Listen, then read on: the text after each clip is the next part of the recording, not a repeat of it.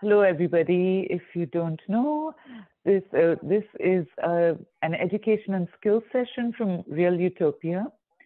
And we're introducing Kathy Kelly, a war activist.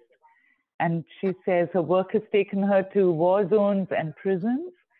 And right now she's organizing a tribunal in November of 2023. And it's against the merchants of death, namely war profiteers. So Kathy has a short presentation, and we'll hold our questions until her presentation is done. It's about 20 minutes. Well, I'd like to thank Emily and Alexandria for getting in touch with me about a month ago. I'm so pleased to know that all of you are launching and expanding on RealUtopia, and I wish you the very, very best. I also have to thank Michael Albert. He encouraged me to teach a course online, which I'd never done before, and it was sort of an exploration into being able to use visuals, which I'm so just horrible at, which you'll discover. But I'd like to start out by telling you a little bit of what I know about the idea of a tribunal. Bertrand Russell, horrified by the Vietnam War, assembled some very, very effective and persuasive people back in the 60s to have what they called the Bertrand Russell War Crimes Tribunal, charging the United States with crimes against humanity and in waging the war in Vietnam. So I just want to also pause a moment and welcome those who are just coming and say we only just got started, so you're right on time. So hello to each of you. And I was trying to maybe just say what little I know about war crimes tribunals and tribunals in general. So there have been quite a few tribunals, some of them very ambitious, some last for weeks and have as many as 30 jurors that have been assembled in recent history. This tribunal intends to specify 4 defendants. Now, in no way would this pass muster in a real court of law, but it's also not something to be considered like a trivial cast off or just another webinar. There's been quite a lot of assembly so far of evidence of war crimes, crimes against humanity, aiding and abetting war crimes that can be delivered to Raytheon United, which is a major weapon profiteering company. Boeing and Boeing Defense Industries is also another major weapon profiteering company. General Atomics, which is in California, only produces drones, but they've made huge profits. And of course, drone proliferation is being very dramatically seen as the war in Ukraine continues, and Lockheed Martin. So those are the 4 defendants in this case. And we're very conscious of activists in Europe who are charging several French companies, the Thales company and Dassault Aviation, for their role in supporting Saudi Arabia in its coalition-led war against Yemen.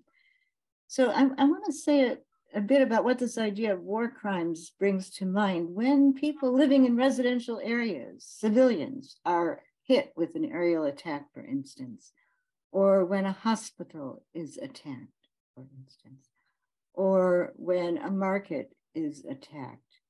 In these kinds of instances where it's very clear that civilians have been killed, it seems that there ought to be a continual recording of the possibility of people having committed war crimes who are actually the CEOs of the major companies that are constantly selling and promoting the sale and development and storage and use of these weapons. So I'd like to talk about 3 particular cases. And there is a video which we can show, but I'm afraid the sound quality is not so great with regard to one of them. But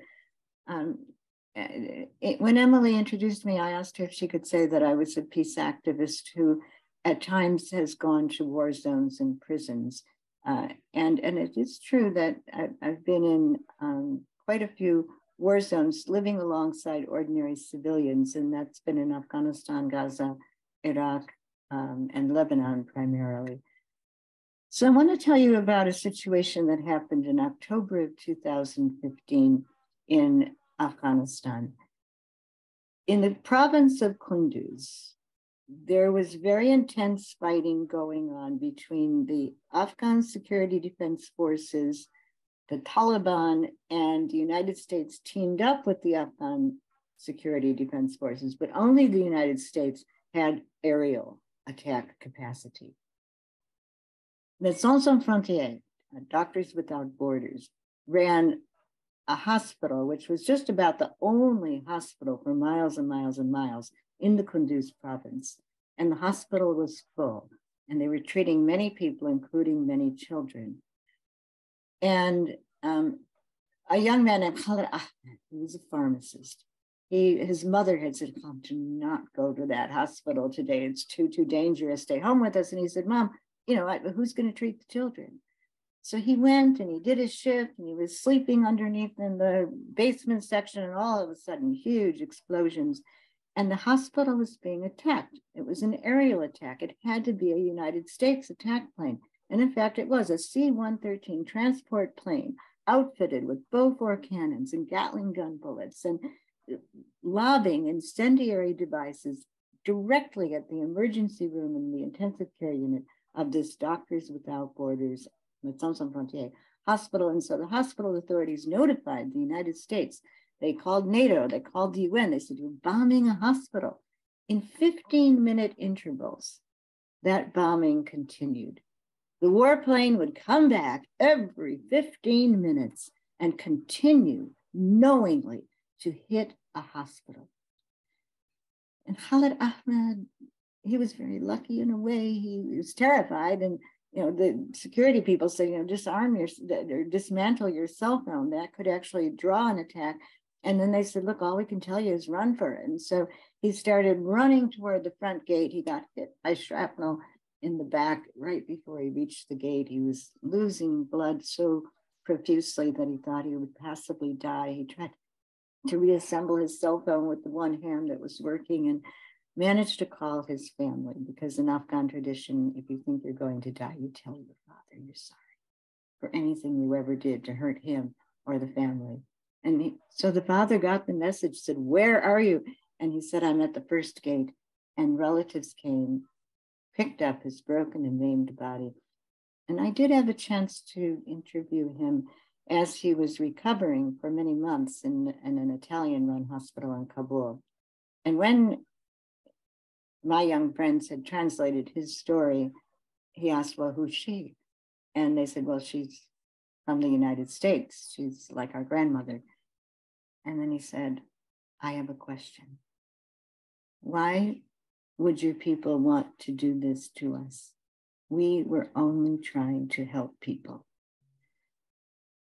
So part of the reason for this War Crimes Tribunal is to hold all of us accountable, because in our safe places, we live in countries that allow these kinds of events to continue again and again and again, attacking civilians with almost no accountability, and in fact, so much profit made from our extremely bloated and obscene, degenerate military budgets that they then have enough money to hire legions of lobbyists to further intimidate and further bully the elected officials, who end up being like lackeys, flunkies, servants for warlords, war profiteers.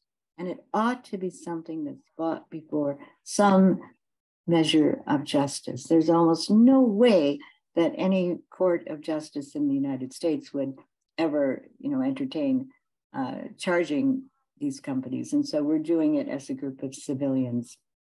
And I want to tell of another story. This one from Lebanon in 2006. There was a family in Lebanon called the Shahub family that lived in Hana, and Hezbollah and Israel were at war with each other. The Shahub family knew of a building that engineers had told them it's the safest one around.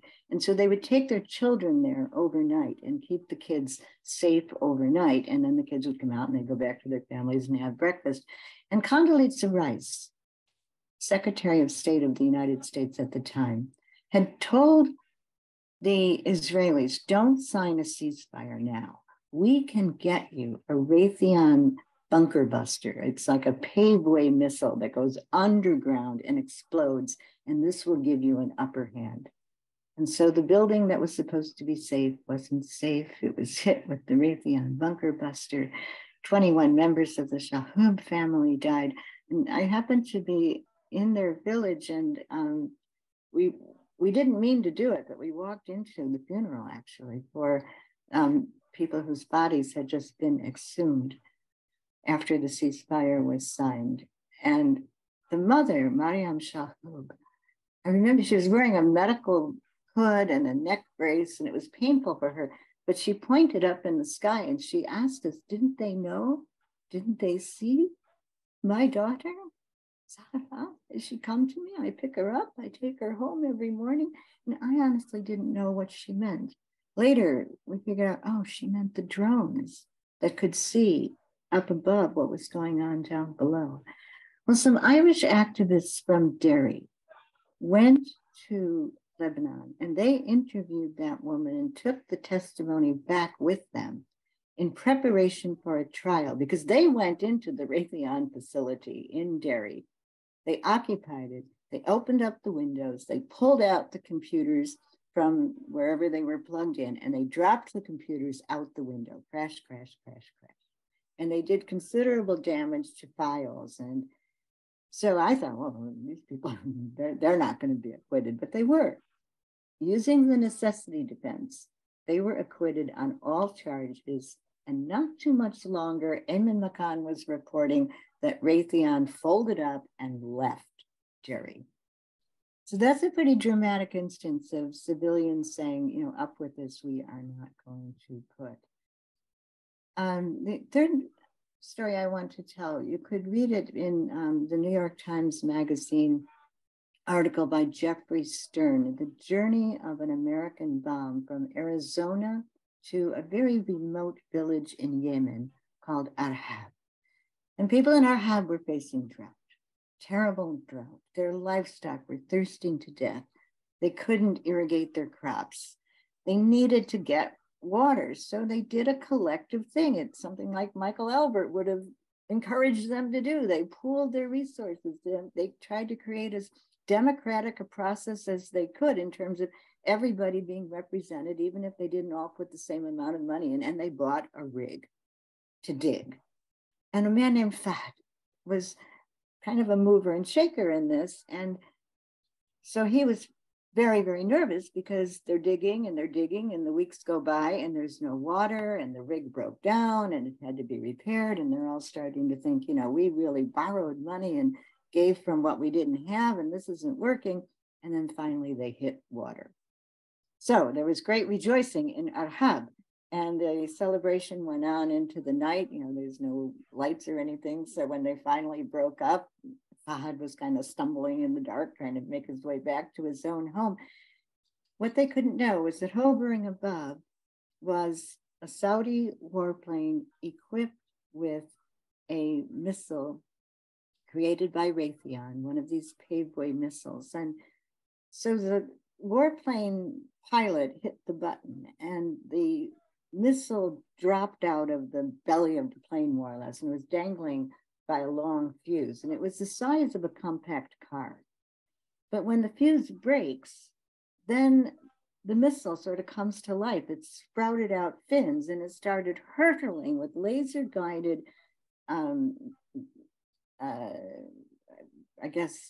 intelligence in a sense, right toward the spot where the celebrants had been gathered.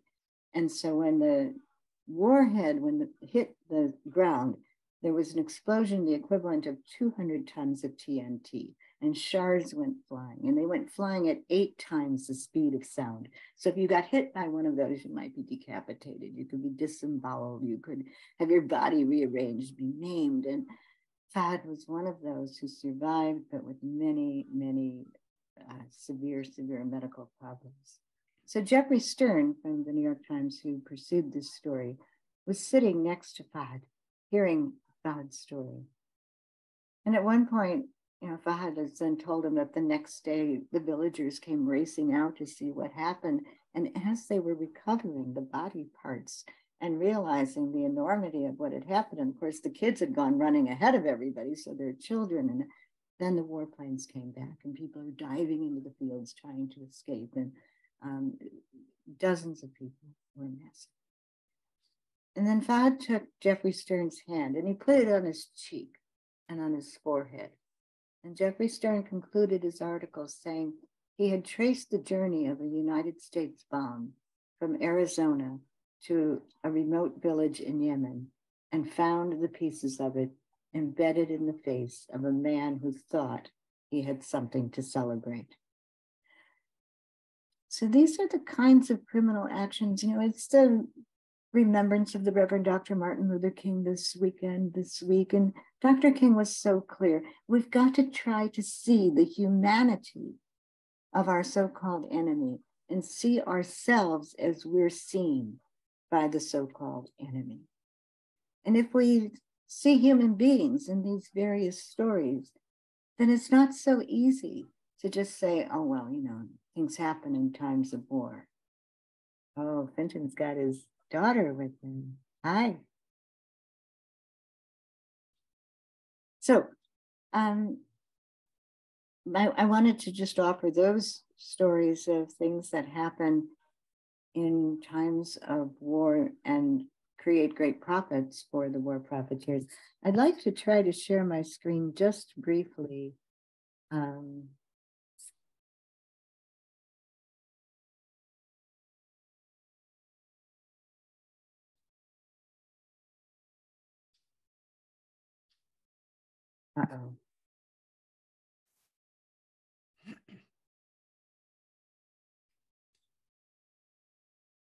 Can you see this? Can you see my screen? Not yet. Not yet? Oh dear.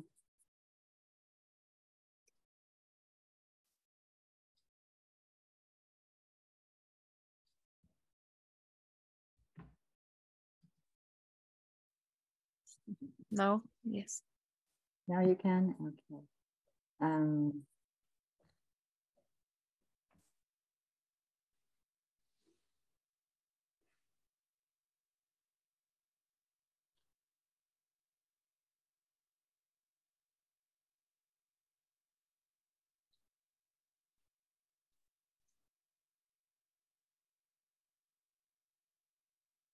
This is a photo of Professor Wafa Bailal, and he's an Iraqi.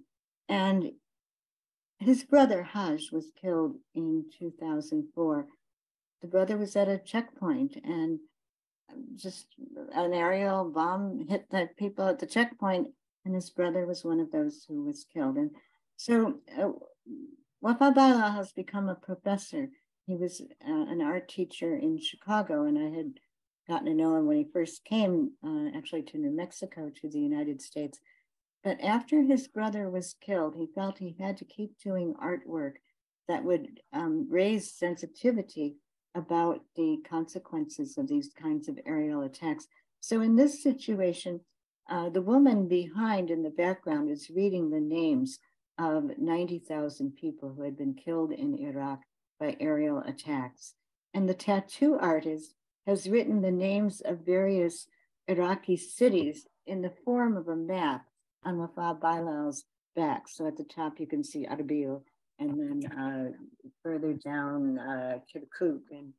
And then a dot was tattooed. It was quite painful, I'm sure, for every person killed in that city.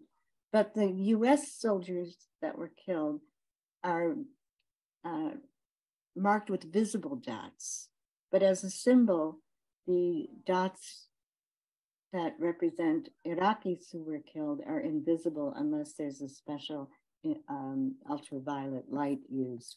And Wafa Bailal will carry those images on his back throughout his life. I also want to acknowledge artists who embedded in a field in the Khyber Pakhtunkhwa area of Pakistan, the face of this very innocent girl. She was orphaned by a United States bombing. She's from Afghanistan, and her parents and her family had moved to a place called North Waziristan in Pakistan. And they were accused somehow of being terrorists. And so these artists decided that they would embed such a large representation of this little girl's face that any future drone operators would see her. And they entitled it Not a Bug Splat, because drone operators, when they hit their targets, often see on their screen a pool of blood that it sort of looks like almost like a large amoeba or a bug splat. So they refer to targets that have been hit in military parlance as bug splat, and those who run away are called squirters. And so the artist entitled this installation Not a Bug Splat. They took the little girl's face from this picture of her and her brothers holding shrapnel from the attack. And of course, you know, this kind of attack against civilians continues up into the present. Predator drones operated by the CIA and by the United States Air Force firing Hellfire missiles on August 29th killed Zamarai Ahmadi and 9 members of his family in Kabul. And he was actually an NGO humanitarian relief worker. And of course, those children had committed no crime. This is Adala Mantari, hit in 2018 by a United States drone, and never was able to get any compensation. And I'll just quickly, these are the members of the family of Zamarai Ahmadi. Daniel Hale in prison in a Marion penitentiary for 4 years for disclosing the wrongful targeting of 90% of the people killed during a particular 5-month period. And so for disclosing that, he got 4 years in prison. And then these are charts, these next 3 slides, and they're charts that show that after Russia invaded Ukraine, the profits of Raytheon United shot up. If you can kind of trace along the bottom, February 1st and March 1st. Well, that would be February 24th when you see that just steep rise, and that has continued. And the same is true for Northrop Grumman, Lockheed Martin.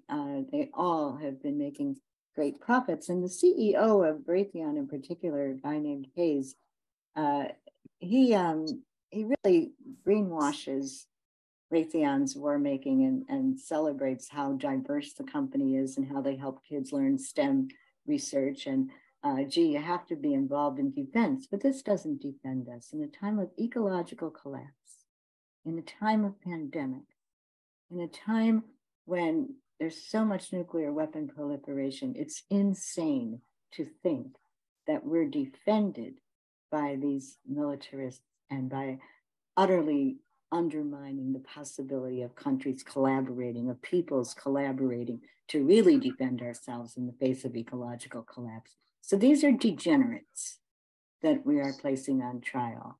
They're causing the degeneration of the earth. And I think it requires of us actions that will never be commensurate to the crimes that have been committed, but that ought to be clear and very deliberate. So I want to thank you for listening to all of that. I'm sure I went over the 20 minutes that I said I would take. Forgive me for that. And if you have any questions, thoughts, ideas, I'd be really pleased to hear them. And then I can tell you a little bit more about how this Merchants of Death War Crimes Tribunal will proceed. But let's hear from you any of your questions or thoughts or ideas.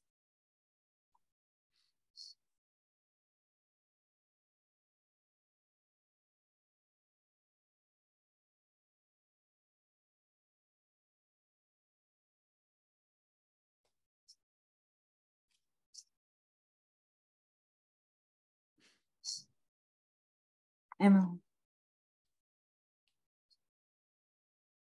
Yes. So my question is, Kathy, like, it's just it just gets you at your gut to, you know, to see a photograph or listen to one fact about, or listen to a story about one bombing. How do you keep your sanity, and how are you going to, you know, it, how do you stay emotionally healthy when you've got so many months to go and you're going through this stuff all the time? Well, thank you for that very sensitive thought. I'm very heartened by the people I'm working with on this. There was a little girl I met when she was 8 years old. Her dad was the chief violinist for the Iraqi orchestra, and he taught at a very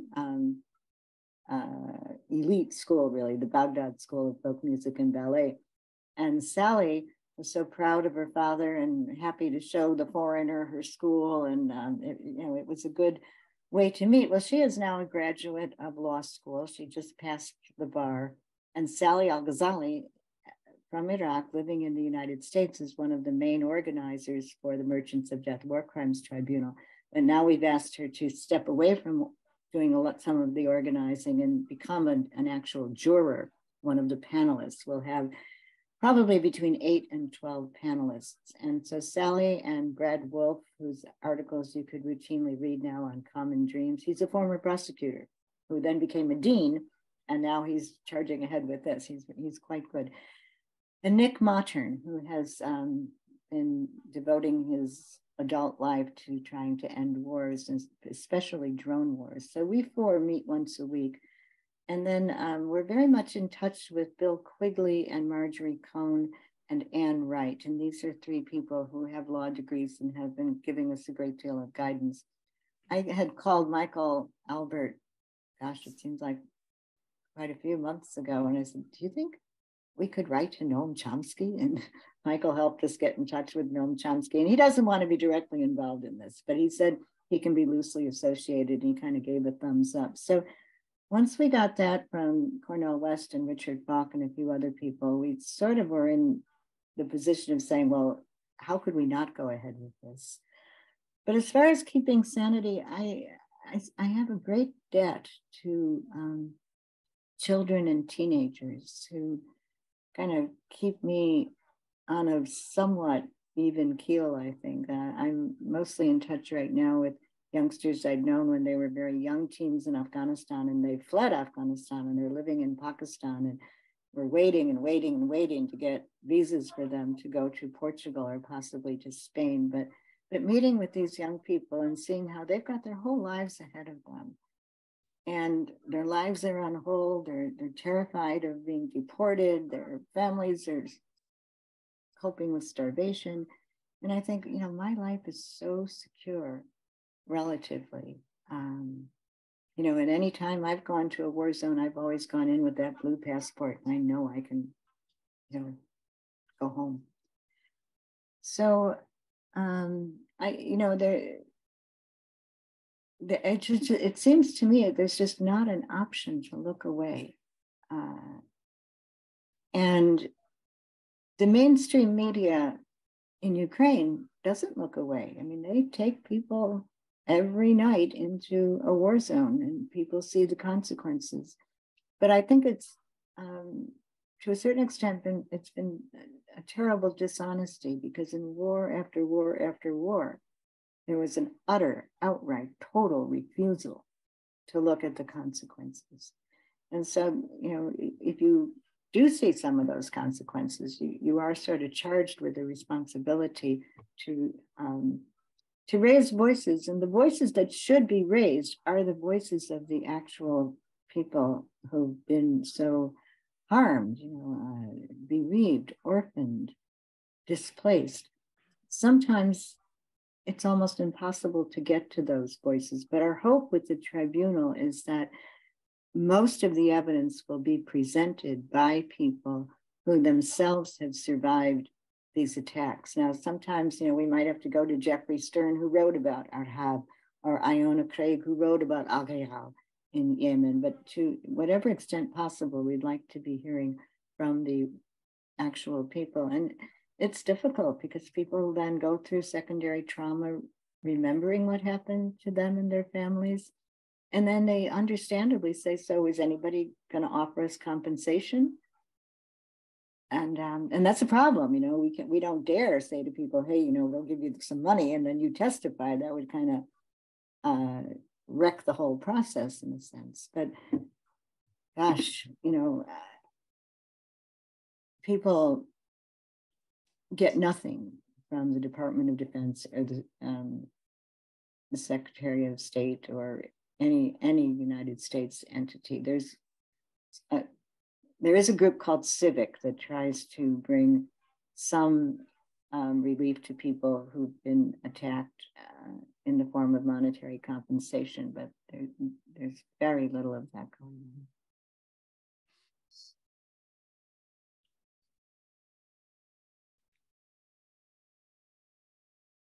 Michael, you've had more experience, I believe, than I have, or maybe any of us with tribunals. Do you have any observations about tribunal processes?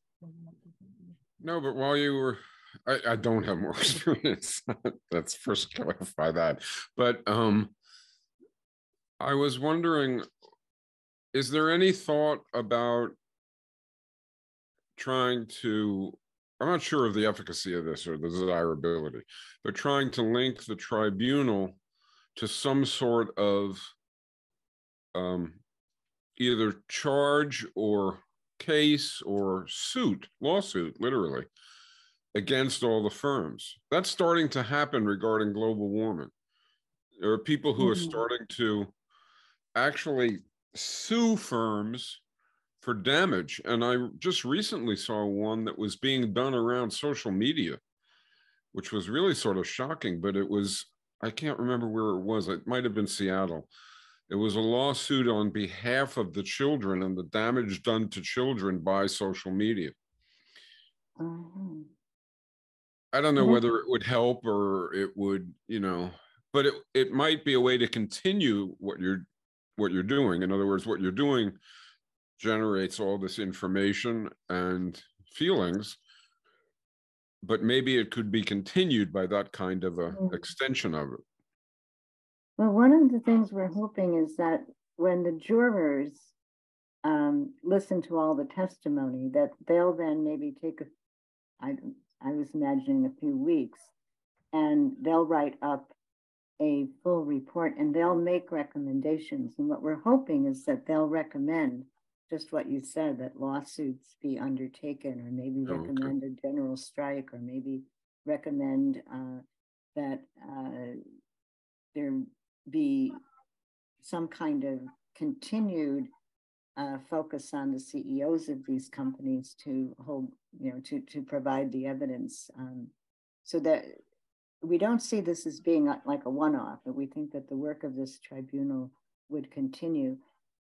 On a more sort of street theater basis, every month we'll be doing actions. So in November, we issued subpoenas to in Washington, D.C. to 3 of the companies, and those subpoenas expire in February. So on February 14th, we'll go back again to those companies with empty cartons saying, we're here to collect the evidence that we had subpoenaed that you didn't give us. And we'll probably use the theme of February 14th, melt your cold, cold hearts. But we also have a subpoena that could be delivered to individuals whose testimony we'd like to have, who are elected representatives, senators and representatives in the United States, or it could be MPs in Europe. And so that we have a website, merchantsofdeath.org, and copies of those subpoenas can be downloaded, and you could just write in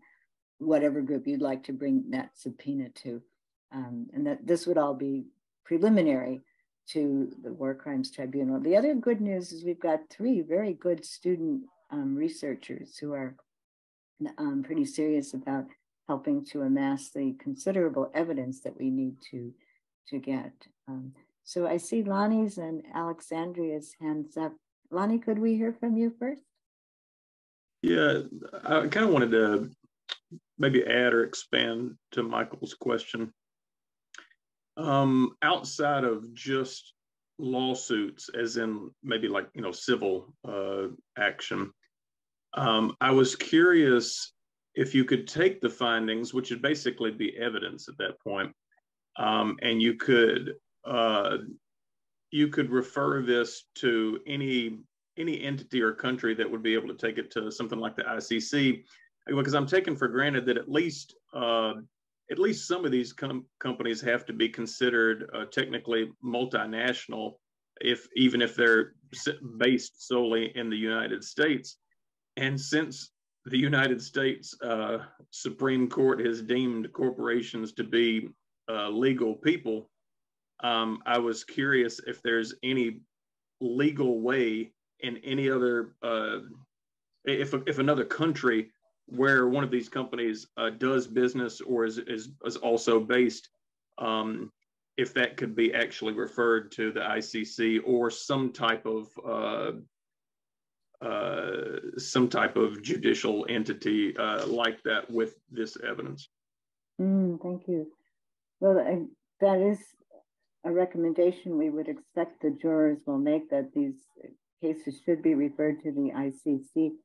Marjorie Cohn of our grouping so far seems to have the most familiarity with the International Criminal Court. And yes, that idea about corporations being persons is very much on our minds. In Europe, there's a company called Thales, and they're already being sued by a combination of groups, including a group called Watana for Human Rights, with regard to their support of Saudi attacks in Yemen. And it's very specific, it's just about the Saudis in Yemen, but we're watching that very carefully. And then there's another group called Dassault Aviation, and they're also being brought before courts, but these suits are in progress. If you have any contacts in Europe that any of you would want to connect with to say, what do you know about how this is going? The Italians have also made at least one lawsuit. We're very interested to learn more about those. The other thing that's interesting is dock workers in Europe have just said, nope, we're not unloading that ship, or we're not going to load up that ship. And that's another way that people can take actions. These ships that depart from Wilmington and from the port of Baltimore are loaded with weapons, and they go back and forth to Saudi Arabia all the time. Alexandria? I was thinking that in seeing your presentation at the beginning, I think anyone who sees something like this, especially a group like RealUtopia, who's generally engaged in diverse kinds of activism in their life, the immediate thing that you think of is, well, what can I do about some of this, or what can I advocate for? Because obviously it's horrifying to see some of the things you showed us. And I know that's one reason why you're here to talk about this War Crimes Tribunal, because there are ways that actually we can help spread the word about it and even get involved if some members want to. But I was curious, aside from the War Crimes Tribunal, you've had a lifelong experience in peace activism. I was wondering if you could tell us a little, if you've seen any change in your experience as a peace activist over the years. Like, is this just something that you've witnessed continuing from one war to the next? Has there been any kind of change at a bigger level? Has there been any progress in the anti-war movement in general? Or is it the case that the movement hasn't really been able yet to get at the cause of this ongoing war and violence for profit?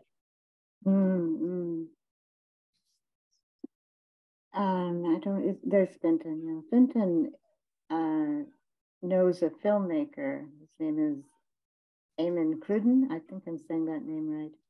And I just watched his film about the process of Irish people trying to oppose the United States coalition that went to war against Iraq back in 2003. And we did, there was a kind of a remarkable, unusual thing. In 2003, all around the world, people turned out and they, shouted and railed and screamed, "Don't do this." And I think you could say the world came closer than ever before to stopping a war before it started. But then the aftermath was kind of stunning. I was in Baghdad at the time, and I thought, people are not going to let the United States go ahead with this. But after the February 15th demonstrations, the war criminals proceeded pretty much unfazed. But I think we shouldn't walk away from that February 15th phenomenon too quickly, because part of the world coming closer than ever before actually had to do with the fact that the International Atomic Energy Association was within weeks of coming up with its conclusion: did Iraq or did Iraq not have weapons of mass destruction? And they were very, very, very close to saying, no, we've looked all over the place. We don't see them. So then Colin Powell got up in front of the UN and gave 37 instances of these weapons of mass destruction being in Iraq. Every single one was found false afterward. 6 months later, every single one was a hoax. And so that carried the day. I mean, even I'm sitting there listening on the shortwave radio in Baghdad, I thought, I guess they really do have the evidence. But it was all a hoax. But how close people came, I mean, had the International Atomic Energy Association been able to declare they don't have these weapons of mass destruction, Tony Blair had told George Bush, there's no way I can go into that war with you if that declaration comes out. So that's how close it was, and how history changed with the shock and awe. Because I think, both in the case of climate catastrophe and in wars, that's exactly what happens. Societies are shocked, as Naomi Klein has pointed out, and it's very, very difficult to recover. But I think now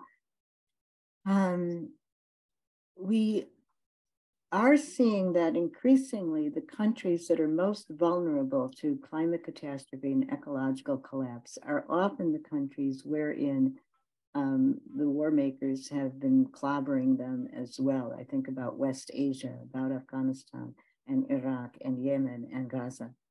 And it seems to me inevitable that the very strong and capable and committed climate activists are going to start to increasingly find common ground with the anti-war activists, and that might build some of the momentum that's needed for survival, especially as we hear more and more recognition that these militaries don't defend anything or anybody in terms of the real threats that we actually face. So in terms of ecological collapse being almost imminent, and people knowing that a new generation is going to have to take radical action in order to survive, I think this is something I had not experienced before in the past. I think we cared about ecologists, but it's only been in more recent years that we've come to reckon with just how incredibly dangerous it is. There's a fellow named Amitav Ghosh who wrote the book, The Nutmeg's Curse, Parables for a Planet in Crisis. And he doesn't mince any words. He previously called his book Degenerates. He's the one who uses that word degenerate to describe anybody who's in any kind of collusion with the powers that be that are refusing to take rational steps in the face of climate catastrophe and continuing wars.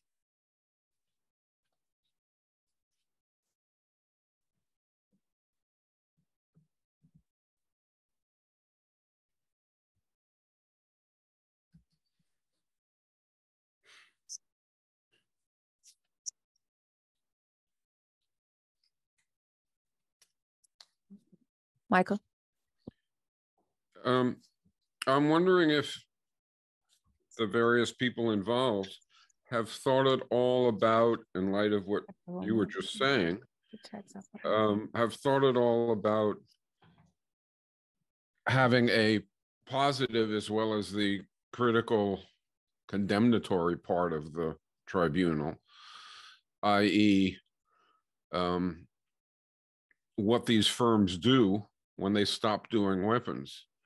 Because, of course, one of the big arguments is, well, you can't stop because if you stop, the economy gets fucked up and so on and so forth. And, you know, maybe it makes sense for, I mean, it's easy for me to say sitting here, but perhaps it's worth thinking about whether or not it makes sense to have a component of the event addressing, okay, well, what are we actually concretely demanding? What are we saying ought to happen in this particular case? And I guess the answer is that all these war producers produce instead, in light of the need to deal with global warming, technology and mechanisms that are suited to that, et cetera. That's one question. I'm going to ask a second. I wonder also if you've thought at all, I don't even know whether this makes any sense at all, but, you know, there's the ongoing phenomenon of people shooting each other in malls and the streets and so on and so forth. It's all with military grade weapons, and it's all with a mindset that is enhanced by all the militarism. And perhaps the, you know, that's the next level of the tribunal. It isn't just weapons that are used for war crimes, it's weapons that are used to kill people, period, because that's what the problem is, and including in this other domain. And then I just have one little anecdote for you. You mentioned the bombs being produced in Arizona and the person who tracked them to their use. Well, if he tracked those bombs in the other direction to their origin, he would have gone all the way to where I was at school, which was at MIT, because the MIT instrumentation labs at the time are where they developed smart bombs. And, you know, we failed to shut it down. We tried, but we failed. But that raises another dimension of it, which is a university student dimension of it. You know, no more weapons research, no more weapons complicity in universities. I mean, it's just things that can be done that come from, you know, the awareness of just how ugly what's going on is. That's really helpful to think not only the direction toward the use of the bomb, but the inception. Yeah. And when we started this, we were thinking we'd like to have an actual place where the tribunal will be held. Now we're thinking, well, we're going to probably do the whole thing online. But I thought, oh, all right, well, you know, maybe one of the Midwestern universities would be okay. And I know a lot of people at DePaul, and I know people at Marquette. And so I was ringing them up, and I realized, oh, I'm asking way too much, because it doesn't matter whether you're going to a Catholic university or a public university, they've all got big donations coming from Lockheed Martin and Boeing and Raytheon. And so, you know, you're asking professors, hey, would you mind losing your job? And so it's just like this vice-like grip that these companies have, and then they keep on getting more lobbyists and more representatives, and they really do get into the university system. But what we're hoping now is that we'll be able to increasingly recruit researchers who might be able to get their professors to assist them further to do exactly what you're suggesting, Michael, like with regard to MIT. And And there've got to be disgruntled professors who feel like, how am I ever going to reckon with what my life's work is producing? So it feels now like the clock is really ticking and we've got to step on the gas, but we're glad to have some of these student researchers helping us at Georgetown and American University and Amherst and Smith. But again, if you know of anybody that you think might be willing, we'd be very, very happy to hear from them. With regard to what companies could produce, the people up in the Bath Iron Works have been able to show companies up there, you could be making wind farms in the ocean. There's just all kinds of creative technology that could be dedicated to trying to help defend us against ecological collapse and pandemics. And also, if we weren't so busy making wars, then maybe there would be more collaboration between the Chinese scientists and the Russian scientists and the US scientists. The possibility of United States bases being converted to something more useful or less disastrous. Every time a base is built, if the base is, now we need an airstrip. Well, who's going to build the airstrip? And then they start making contracts, and the people who get the contracts are crooks quite often.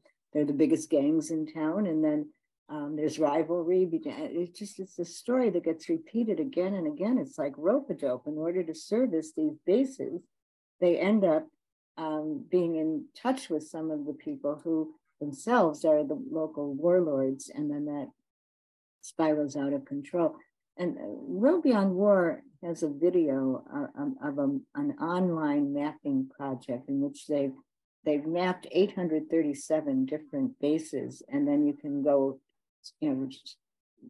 in further and get both in text and also visually a more granular sense of what's going on at the base. But I think that that's another avenue, if you will.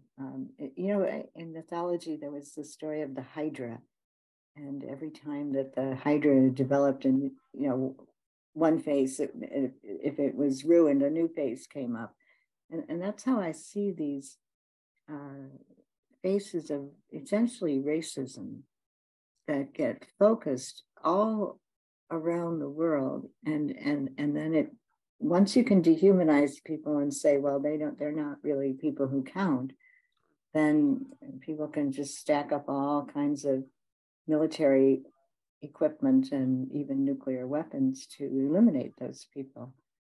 So I think this base idea also has to be part of our challenge. Thank you for putting that infant in. I had that embedded in a PowerPoint, but I can't, I'm too stupid to do these PowerPoint things properly. Lonnie?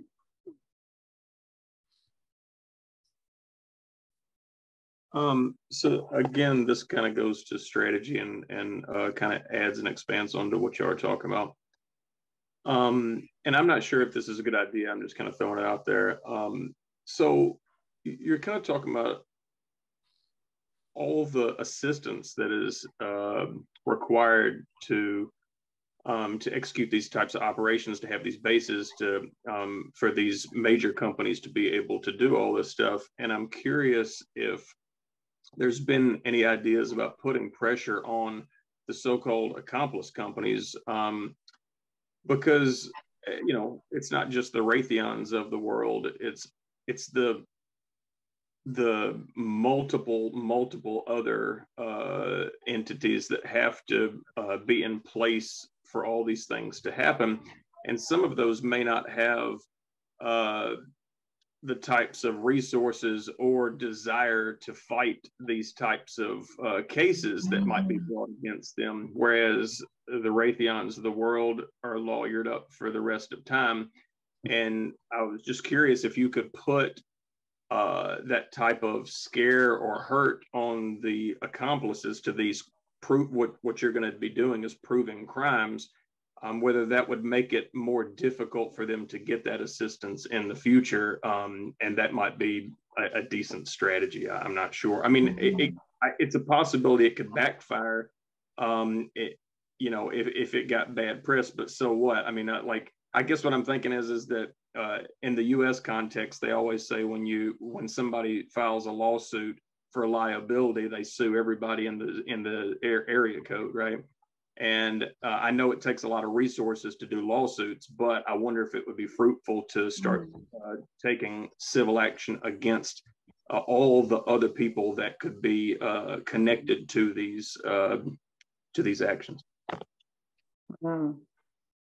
Lonnie, that's really helpful. There's a pretty strong Code Pink chapter in Chicago that's doing quite a lot of that, accomplished by going after some of the investors. BlackRock is one that often comes to mind. And they're mostly doing demonstration and exposure, but there's one, this is very anecdotal, but in Minnesota, there was a company called Alliant Tech. And I think they were formerly Honeywell. And people would be out vigiling every Wednesday morning, rain, snow, ice, for years. They would vigil outside of Alliant Tech up in Minneapolis, Minnesota, or outside of Minneapolis. Well, eventually, they had a couple of court cases because people committed civil disobedience, and a Canadian wing of Alliant Tech realized that even though the US Alliant Tech workers were protected from any kind of civil charges in court, in Canada, they didn't have that kind of protection. And so the Canadian engineers were saying to the US company, you know what, we don't want to continue with this risk. We're vulnerable here. And that shut Alliant Tech down in Minneapolis. So it isn't impossible, but it takes kind of rugged, almost, pit bull dog persistence, that you not to let it lapse, and when there's pressure. But Lonnie, thank you for those ideas. I'm eager to get back together with our team and say that these are some of the things that were spoken of. I'm glad this is recorded. Maybe I could share the recording with some of our team members, if that would be okay with you. Yeah, of course.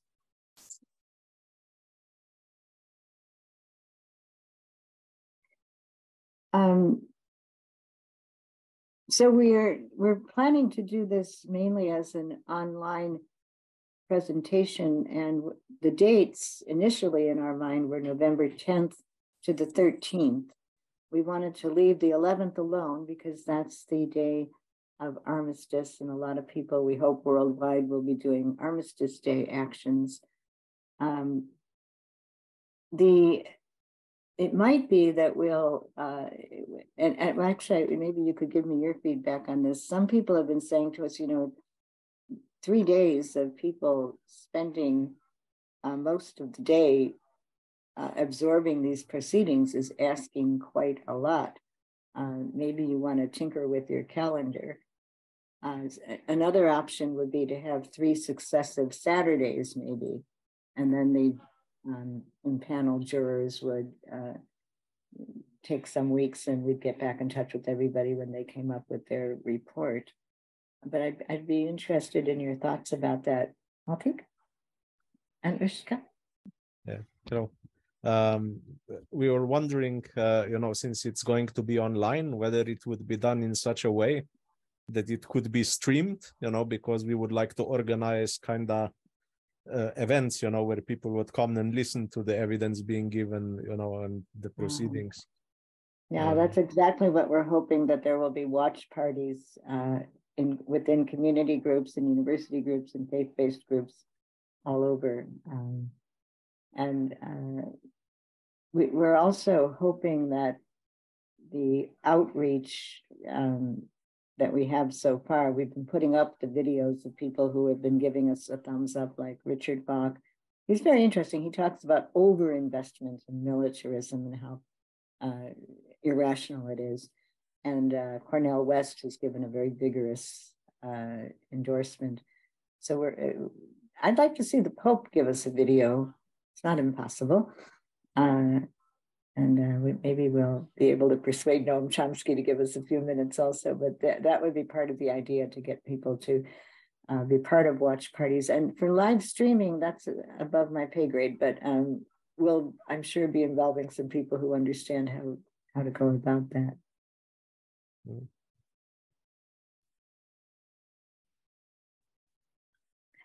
I want to mention that Jeffrey Stern, the person who wrote about the bomb from Arizona to Arhab, he's really studied a lot about paveway missiles, and I think he's got a book coming out in March called Mercenary. But you could read his entire article. I can put that in the chat, I guess, and it's a very compelling story that he tells, because he also, you know, he tells about the civilians, but he also goes then to the hospitals where they were completely unprepared to do the kinds of surgeries that were needed. The other reporter who's been quite strong in telling the truth about a lot of, well, the two I want to mention about these war crimes, Iona Craig, she went to Al Ghayal, a small town in Yemen, when the Navy SEALs had thought that they were going to do a night raid without being challenged at all. And the villagers came out and gave them quite a challenge. And so somebody threw a grenade and a Navy SEAL was killed. In fact, Trump then gave his first sort of like a State of the Union speech, but he hadn't been in long enough to call it a State of the Union. And he called for a standing ovation for the wife of the Navy SEAL that was killed. And that was in 2017. And I was trying to figure out, well, where was this person? How was he killed? And so it turned out that the US had then come in with helicopters and just started firing on civilians in their homes, and women and children were trying to run for cover, and they were gunned down. So she told that story. And then Azmat Khan has been doing remarkable work, following up, getting Freedom of Information Act details, evidence about constant war crimes that were committed in Syria and in Iraq and in Afghanistan. And then there's another young woman who recently just disclosed a report on the night raids in Afghanistan that killed civilians. So there's just almost overwhelming evidence, and a lot of it is collected and presented in the Special Inspector General on Afghan Reconstruction Reports, and prior to that, the Special Inspector General on Iraq Reconstruction Reports. And those big compendiums of reports were plopped on the desk of every single elected representative in the US House of Representatives and the Senate. And they just kind of, I don't know if they use them as door jams or footstools, but they don't read it. And so the evidence is available, but unexamined.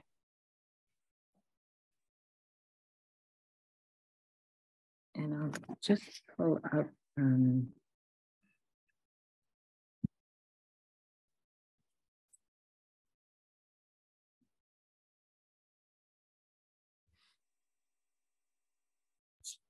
Alexandria.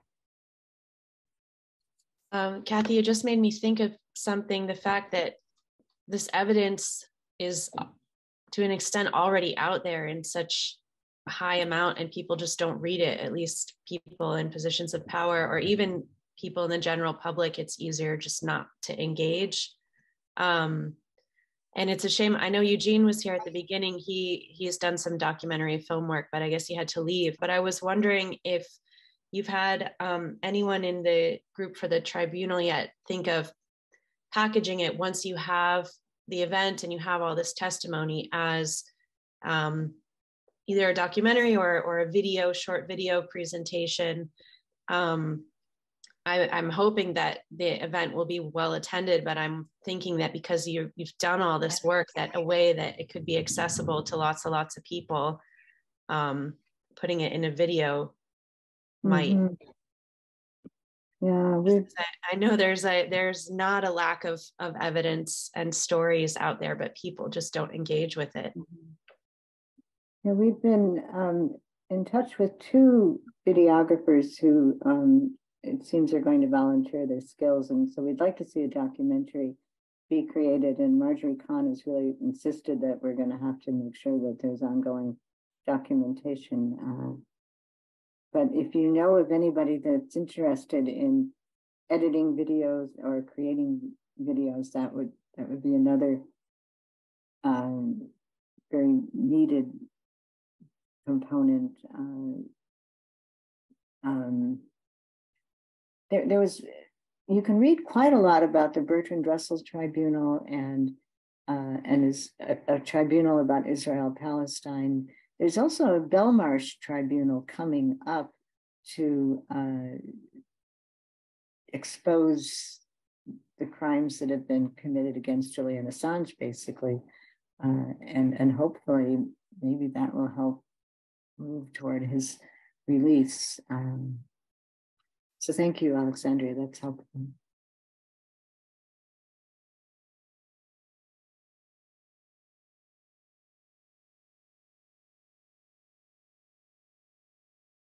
Lonnie? Yeah, I just had a quick question about, we've been talking about the links with climate change and whatnot. And I was wondering if in the organization of this process, if y'all have maybe put together a template of a kind to where the same thing could be done in terms of the violence that is being caused with companies that are contributing to climate change. And that way, another tribunal like this could be possibly be done, maybe almost turnkey in a sense, for climate change later on. Wow. Well, we have a kind of a founding document that could perhaps serve as a template. That's a good idea.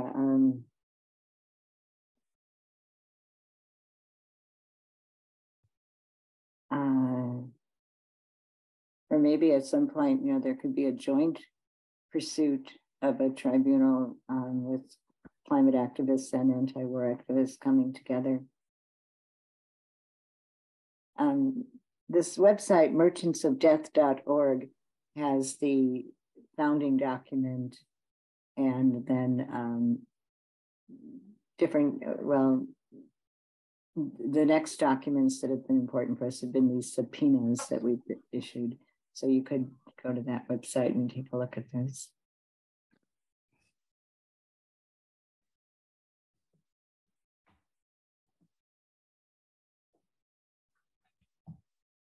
So I'm curious, when you decided to call the gathering that's together today, the education and skills, why did you decide on that designation?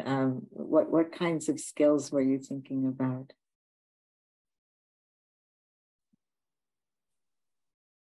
I mean, it's a good question, but always when we have like the internal educational event for the RU, we call it education and skills. So to get, to get new knowledge about things, and also sometimes it's more constructed around skills, but this one is focused on, basically, at least for some of us, who have not been involved or have not heard before of the merchants of that war tribunals, to see it like as an educational program.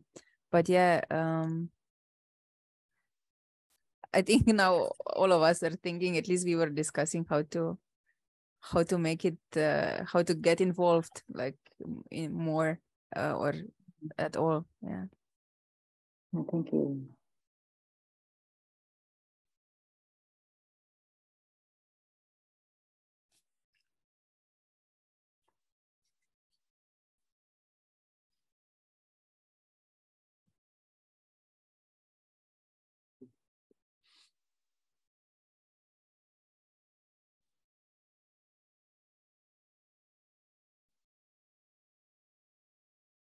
Emily, I see in the chat that you've entered something from 1971 with Noam Chomsky, Oh, and yeah, on the Russell Tribunal. So, you know, he was interested in, you know, in the tribunal then. So I thought it's relevant. I remember now when we got this idea going. I think I read that document. It's a kind of a lengthy one, and when we first wrote to him, we took a quick quote from that. But he wasn't a juror in that tribunal, but he did write very effectively about it.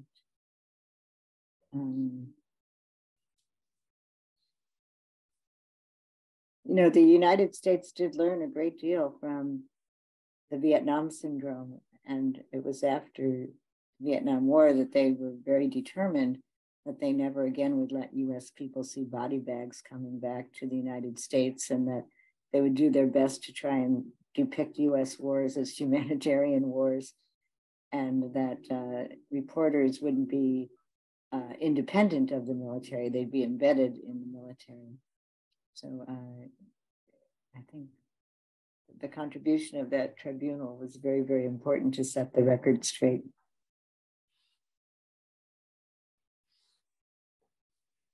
Michael. Following up on what Lonnie said, the title is Merchants of Death. So, not that the same people have to do all of them, but Merchants of Death can go from the most graphic that you're doing first, in some sense, to fossil fuel manufacturers, merchants of suicide, global suicide, pharmaceutical companies, and then, you know, as it went along, it could get to the reality of, you know, the communication system and the media. I mean, Merchants of Death is a good name.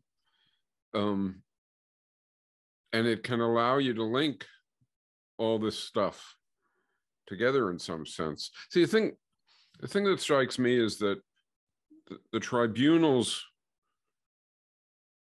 historic value is in accumulating the evidence, except we hope that it won't be needed too far into the future because there'll be changes.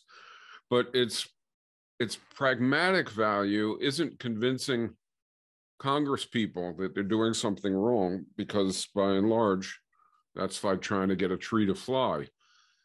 It's generating activism.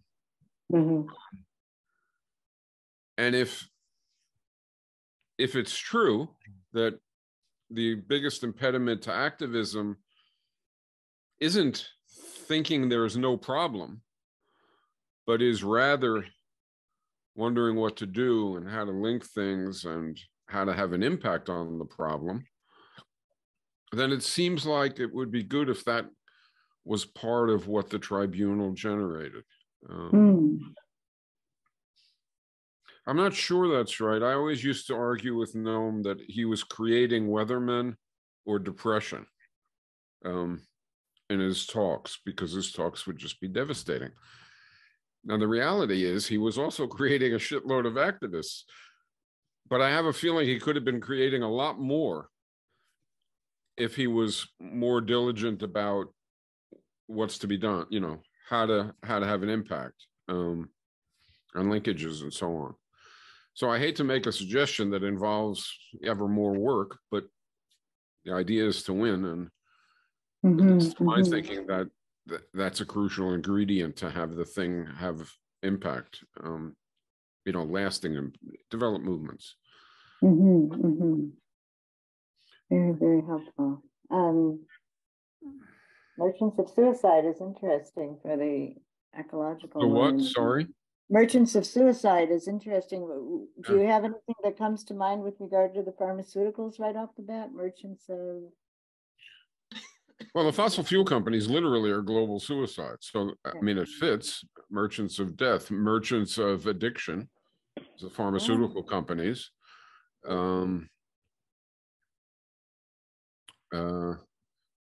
Merchants of ignorance is the school system. Merchants of, I mean, it's true, right? Ignorance and passivity. Merchants of, I don't know. I mean, I'm sure it could be done for lots of areas. Thank you. I mean, what it all comes down to is society is organized to keep people in line and to oppress and to profit. Merchants of, And I just want to call attention to Emily's earlier chat when she mentioned that Ro Khanna, who as things go would seem to be, one of the people who does care about people that are victimized by attacks and never get compensation. But as Emily mentions, he takes money from so-called defense corporations. He personally invests. I think he had like 1,000 trades last year, but he invests in defense stock, and he says it's his wife's portfolio, which, cool. But yeah, he's one of the highest. I mean, the usuals like Nancy Pelosi, you expect it, but, you have this most progressive person, saying he can't do anything. It's his investment advisors. He has nothing to do with it, So, thank you for mentioning. But how is he allowed to legislate? How can legislators be allowed this conflict of interest in a democracy? Yeah, it's quite the revolving door too. Alexandria. I had a question about how you guys are doing outreach and trying to get in as many people to see this event or even participate, because I find that's another thing that all of us tend to struggle with in our various activities is, if you get a group of activists in a room, we're all going to be really interested and want to get involved, but we need to get millions of people who have been bombarded with media and an education system that tells them that everything is fine and that this is normal and that they're being protected against lethal enemies. So I guess not just for the War Crimes Tribunal, but in general, what have you found is best for outreach, for getting your message out? Well, when Michael said that Noam Chomsky did a shitload of recruiting, I think that that's true. And he's just been relentless over the years, educate. And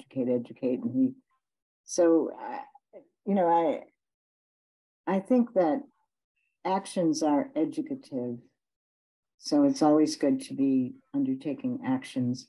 But education can be active, and not when it's coming through mainstream university channels, I don't think. But I think constantly trying to do outreach amongst younger people, pull them in and welcome them, give them, positions of influence and leadership within groups. That's all, I think, very crucial.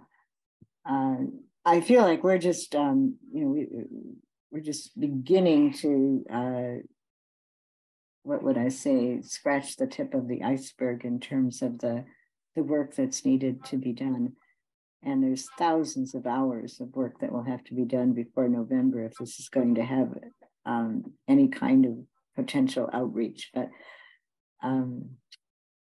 I guess I can say I'm in, and anybody who wants to become more involved with just what you're doing right now, this has been quite valuable to me and to others, I feel sure, to give advice and to kind of help us broaden the horizons of where we think this might go. It's very difficult to get inside of universities, I find, these days. And you've touched on this, some of you before, but some of the, what I find almost schoolmarmish or prudish ways of shutting people out, because maybe you aren't the one to speak because you don't have the agency, or you're there are just a lot of ways that people can be shut out these days. And I think academics have particularly very often in some universities become very pressured, so that it's difficult for them to bring people into their classes or to bring their classes to other people.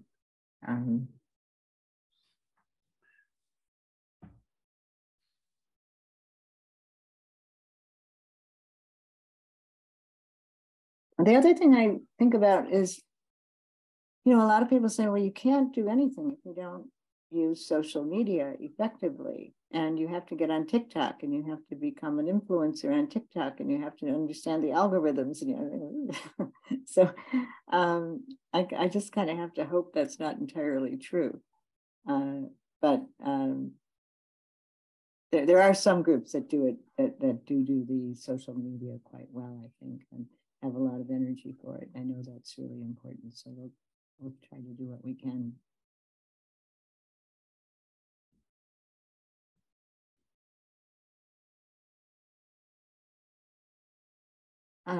You've been great to give me this time and your attention. I want to thank each one of you. And I know that you've got a normal hour and a half time set aside, but if you ever would want to get in touch further, I'll just put my email in the chat.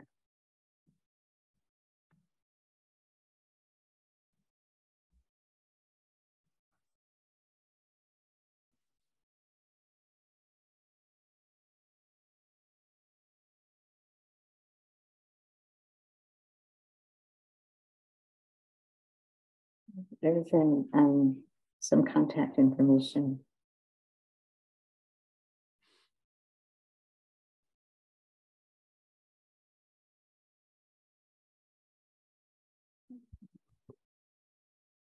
And then, is it possible that this recording could be made available, like maybe through WeTransfer or something?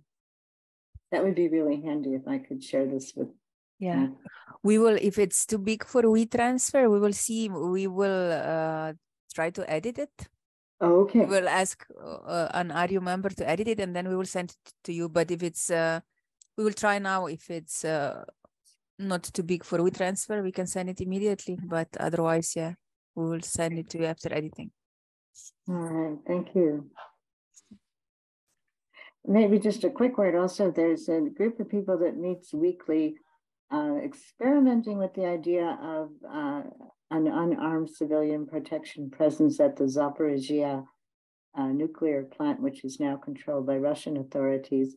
So if anybody's interested in that, I did share Alexandria's interviews, and the people that met were very, very impressed by that and wanted to be kept in touch.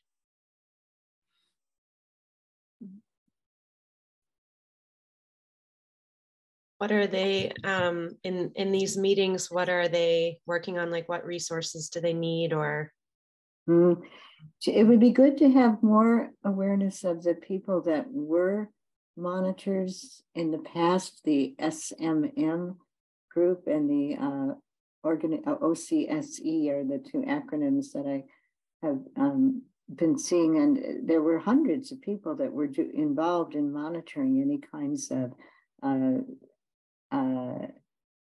risks to the plant and trying to figure out, what the causes were. But then their work has been suspended. But it would seem that there are many people who really do have a strong vested interest in trying to keep that area demilitarized, and also in trying to see if there's any possibility of fostering communication between people basically on both sides. And to learn, as we can through your writing, Alexandria, more about what the Russian dissidents are feeling. But the International Atomic Energy Association doesn't really need civilian assistance. They've made that quite clear. There is no mandate at this point to go there, but we are learning a lot from various people that are writing. I think that actually Tim Judah in the New York Review of Books had an article about the volunteerism of Ukrainian groups, and that sheds some light on what's happening in Ada Wordsworth in an earlier issue spoke about her work as a volunteer. So I think we have a lot of learning still to do.